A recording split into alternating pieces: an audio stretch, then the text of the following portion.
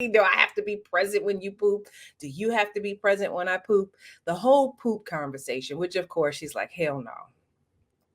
What's up, my peeps? It's Cynthia, aka C-Flow, and welcome to my channels. So let's get into this episode of Married at First Sight, season 16, episode 7, Jamaica McCrazy. We start off with Clint talking with Chris and discussing his blow up with Gina. Clint's blow up with Gina. Eris walks up and joins the discussion. Eris actually has some really good points for Clint, asking, do you think that your delivery was a good one? Do you think that was right for you to bring that up? Maybe that was a sore spot for Gina. Maybe she feels like she needs to lose weight. Maybe she feels like she's not slender enough. That could have been a trigger for her. So I thought that was really insightful of him. Yeah. Couple meetup. Clint apologizes to the table about his comments, sort of. I think it was sort of like a half-ass comment, if you ask me. Apology, if you ask me. But the women accepted it, and they're moving on. Now, McKinley and Dom have a discussion about how they feel about how they're doing. And Dom basically feels like she doesn't know who the real McKinley is because of his joking, his lying. She doesn't really know what's going on with him, and that's making her apprehensive, and I understand that. Mac feels like McKinley is attacking him when she says, if you're going to do something that's out of your comfort zone, just do it, don't complain, that whole thing. So he feels like she's being attacked and that he is trying.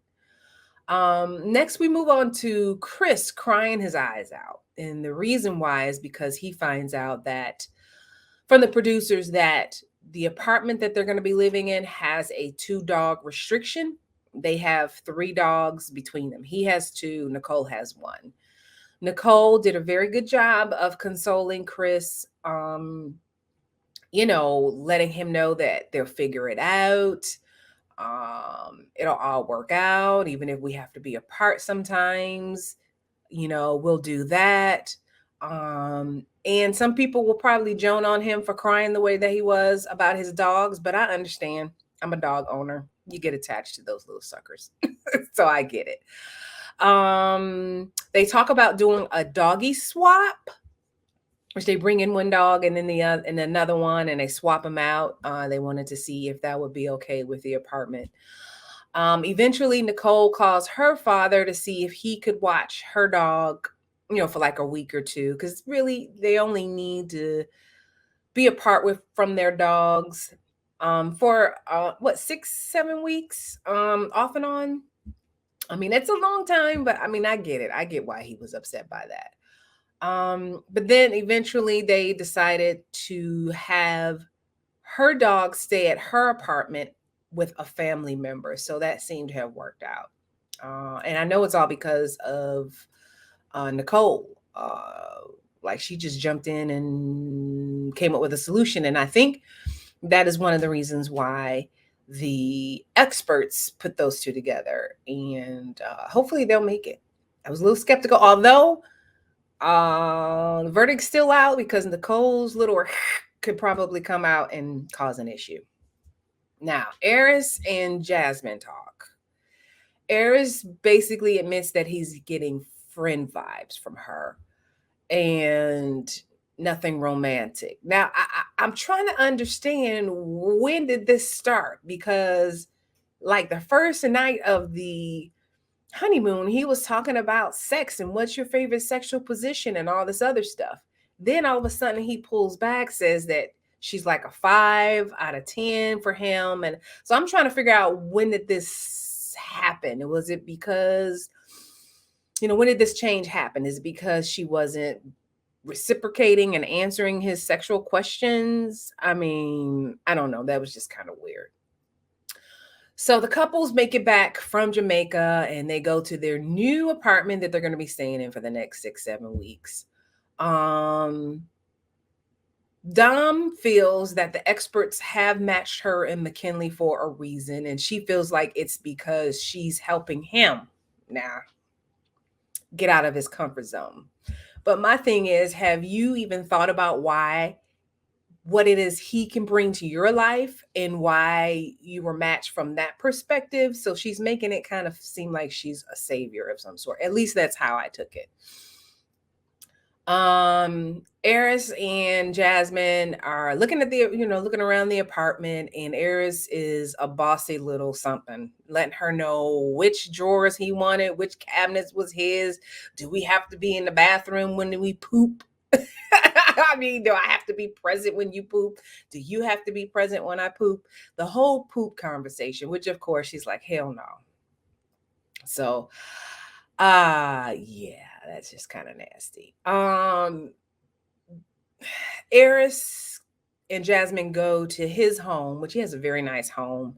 And you could tell it was a typical bachelor pad with the man cave. He has a nice shoe collection that's very neat, by the way. He has it set up very neat.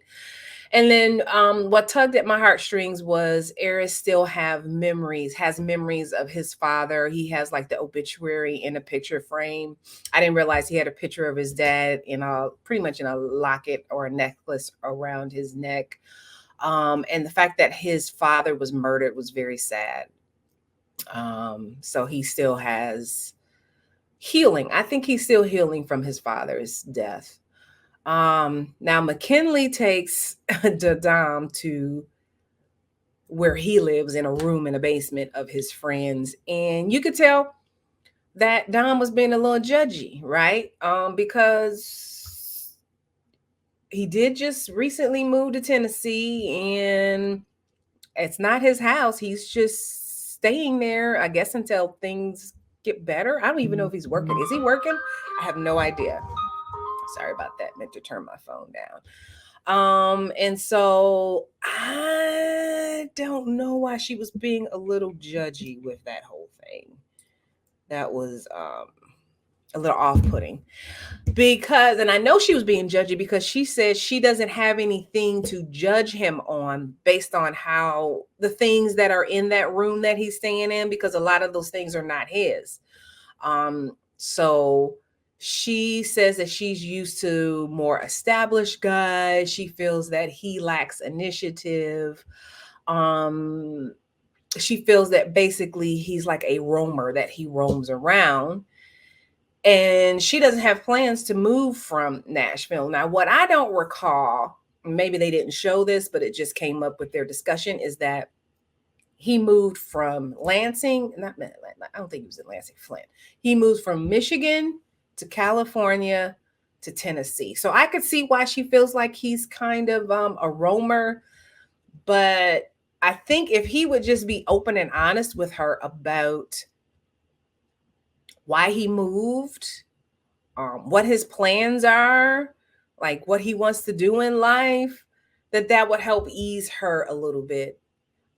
She even questioned, which I thought was pretty good, the fact that he says that he was very apprehensive to sign a lease, but he wasn't apprehensive to jump into a marriage to someone that he doesn't know, right? That was a very good point. You could tell it took him aback. But as you could see from next week's previews, it looks like she won't be living in that apartment. At least that's what it looks like. Not sure what caused that reaction, but something tells me they're not going to make it through the whole 8 weeks. Yeah. So that was it. Nothing really eventful. I think the only eventful thing was Chris crying about the dogs. Like I said, I understand that. So anyway, thank you for watching. Like this video, subscribe to my channel, comment on how you feel about this episode, and until next time, peace.